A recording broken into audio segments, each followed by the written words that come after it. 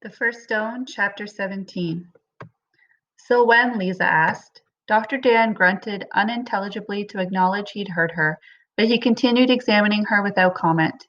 Well, Lisa said again a moment later, her impatience getting the better of her. Her mother clucked her tongue softly. Don't be so difficult, her eyes said. Lisa frowned, turned again to the doctor. Well, she repeated. We'll see, he said finally. That's what you said yesterday, she snapped, resenting the whine that had crept into her voice, yet unable to dispel it.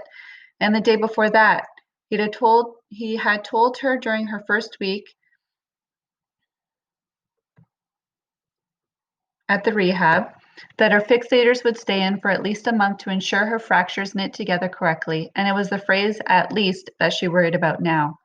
She knew it was necessary, but the network of metal pins and rods was excruciating, limiting Lisa's range of motion and preventing her from getting into a comfortable position no matter what she tried. And if she did happen to find a position that was less painful than others, the small relief was short-lived because nurses came in several times a day to change the dressings around her pin sites to keep them free of infection. Come on, she pleaded. You must have some idea. When he didn't respond, she continued. Then what about my catheter? Can you tell me that much? Concluding his examination, the doctor turned to Lisa. Lisa, there are no guarantees. Every patient is different. You can't rush your rehabilitation. Any shortcuts now would only complicate matters later on. We just have to take it one day at a time. Don't rush your rehab.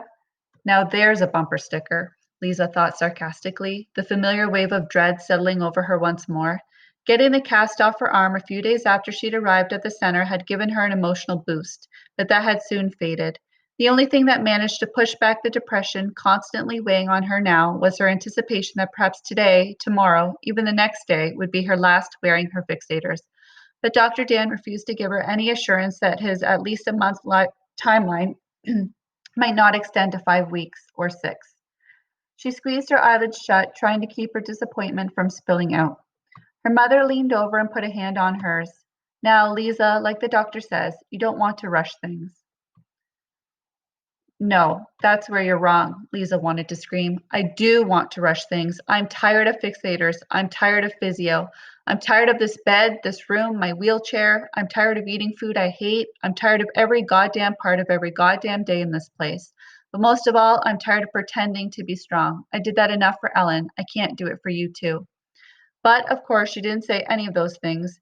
Instead, she just nodded, smiled, forced back the tears, and allowed herself to slide deeper into melancholy. You did a great job with Stephen the other day, Reef, said Carly. He doesn't always respond as well to strangers as he did with you. In fact, some of the patients in the unit commented on how quiet he was that afternoon. Reef nodded noncommittally. He certainly wasn't there because he wanted to be, but each day was one day closer to the end of this shit. If nothing else, there was that to celebrate. I've got another patient I'd like you to meet, the nurse explained. Reef shrugged. Whatever, he said. He had, in fact, hoped he'd be assigned to the vegetable again.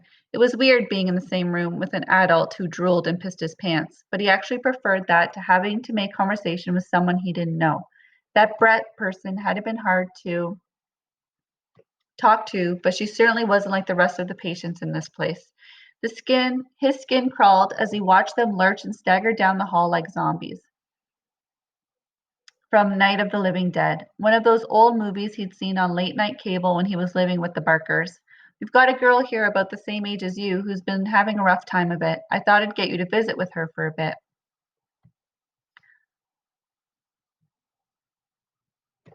Reef grimaced. Don't she have family or friends to do that? Her mother is in every day, but there aren't many young people who come.